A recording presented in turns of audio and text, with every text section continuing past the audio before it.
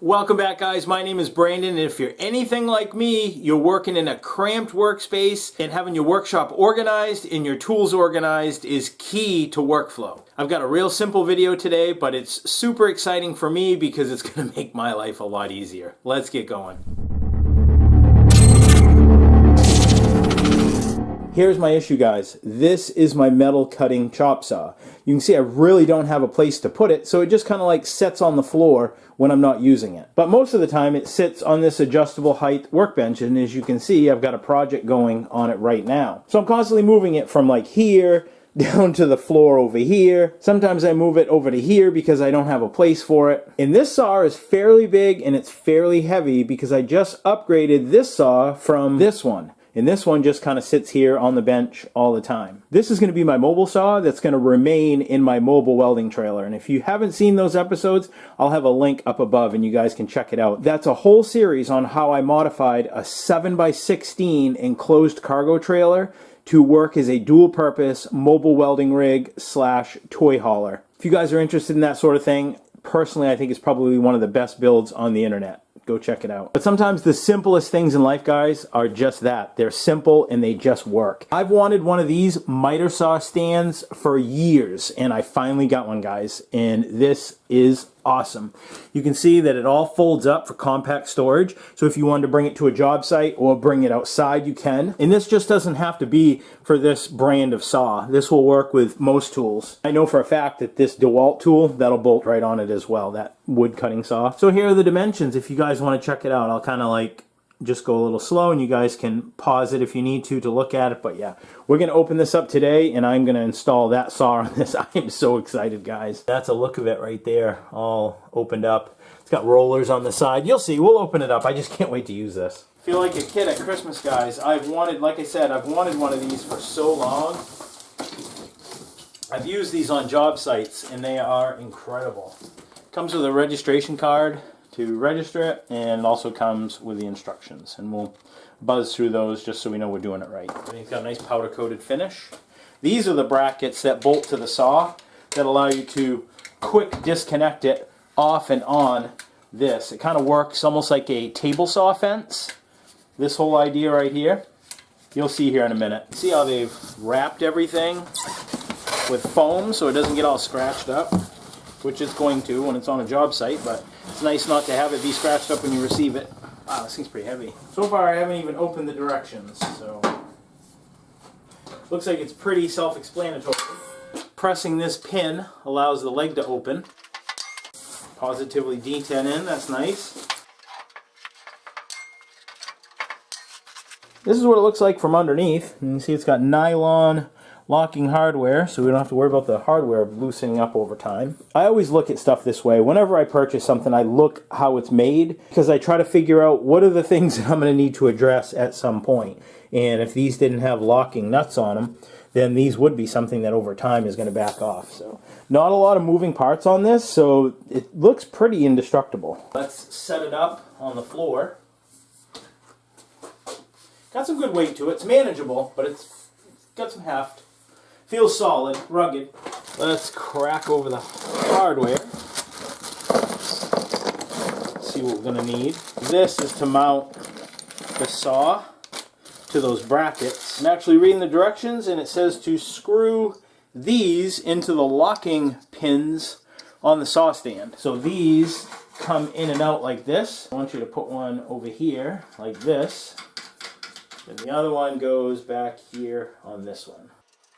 So this is your in feed and out feed of the saw. Doesn't get much easier than this, guys. So you just slide one of these on this way, put one of these locking screws on it. Then you attach one of the rollers into this with this lip facing inwards towards the saw.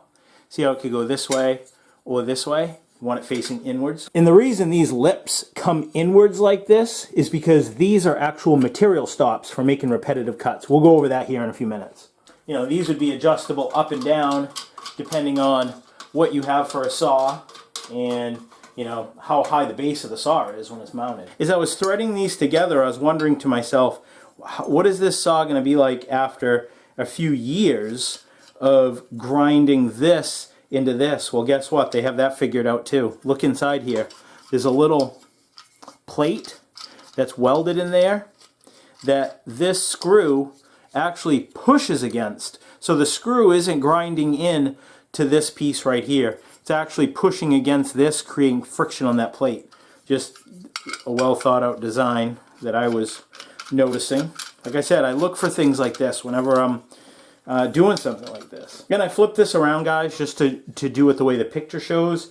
Picture shows it being adjusted on the bottom side along this into the outside for this. See what I'm saying here? So this adjustment's on the bottom. I reverse this around too, just so it looks like the picture. So this one's on the bottom, this one's to the outside, and I'm assuming that's so that you can push this in as far as it can go without any clearance issues. If this was on the inside over here, then it would only allow you to go like back that far. And quite honestly, guys, once you have these brackets all set up on here, I don't know why you would need to like take them off anyways. If it's all adjusted to your saw, these would pretty much just stay attached all the time, I would think. And then you just extend them out as you needed them, locking this down in place. And then when you want to transport it, make it compact, slide it in, lock it down just so it doesn't come apart, and you can fold the legs up, keep it all compact. A nice setup. The next thing we're going to do is adjust the clamping pressure of how tight this clamps onto this.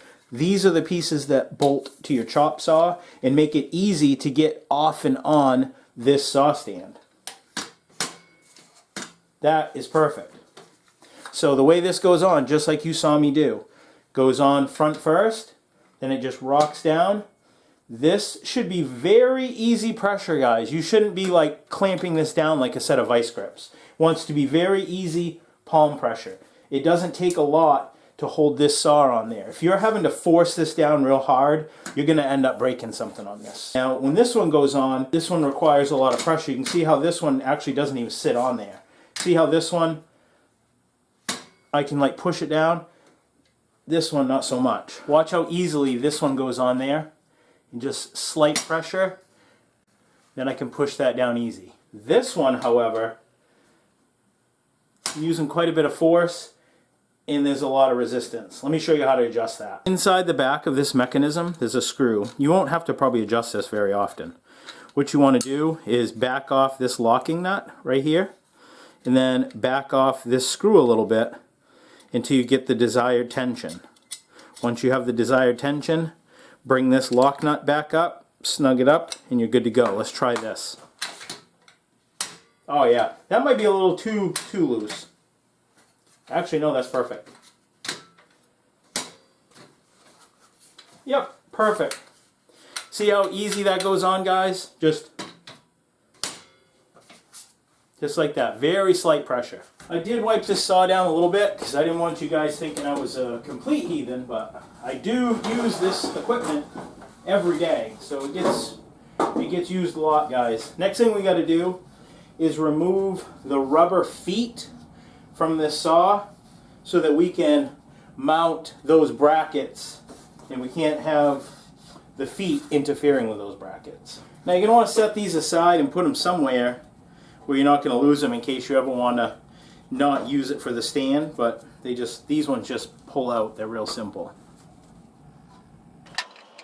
Now this next part isn't overly difficult, but it just may take some trial and error, because what you're trying to do is make sure that the fence that runs on your saw runs pretty parallel to the back tube on the saw stand. So this is the front right here, so you want to basically have your fence pretty much in line with this. That's going to give you the best stability according to the directions. And this saw comes with a lot of hardware, some flat washers, lock nuts, some hardware so you can finger tighten everything down, and long and short bolts. So it looks like for the front of my saw, we're going to use short bolts in the front and a long bolt in the back. So that's what we're going to start with. The saw is upside down right now. So this is the front of the saw.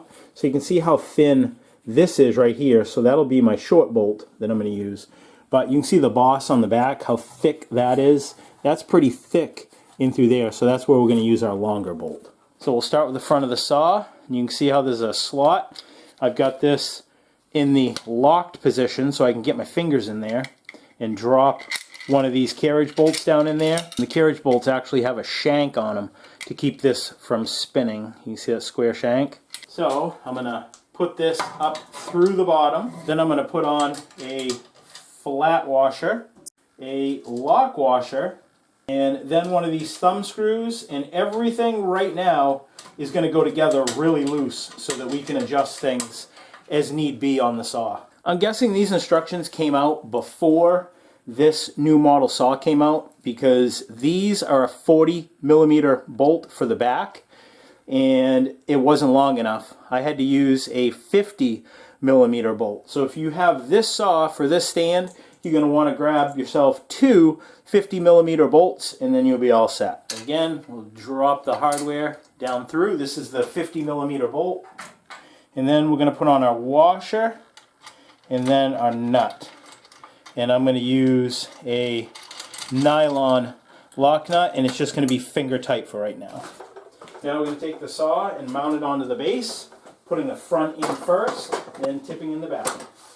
Then we're going to lock down our levers. Boom. Wow, that is awesome.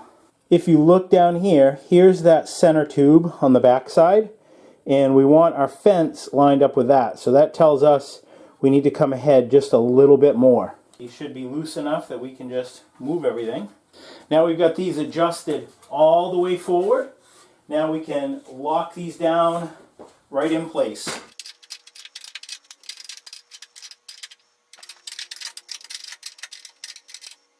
You don't want to go too crazy tight on those because you don't want to crack this housing either.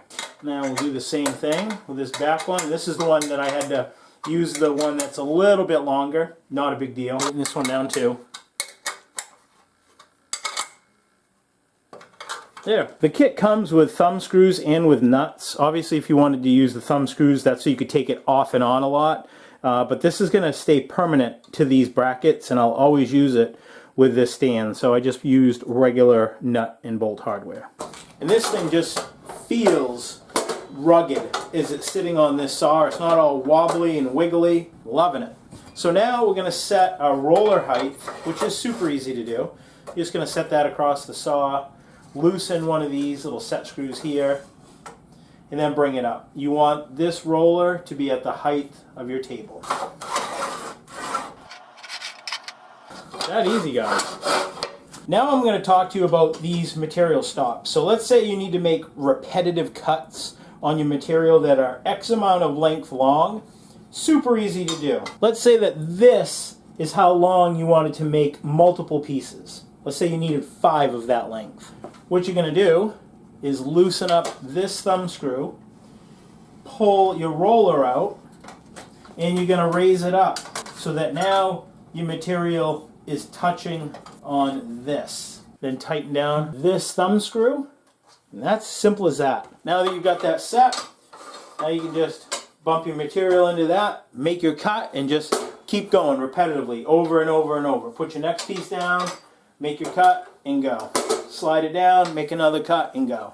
And this is what it looks like fully opened up. So it's supporting out to 38 inches each side. And that's what that measurement is in metric, 0.965 meters. And this stand will work with all different saws, but guys, this is like the cream of the crop when it comes to metal cutting saws, because you can cut on a 45, you can go this way. It's actually like 46 and a half, 47 degrees. This is just a really, really, really nice tool, guys.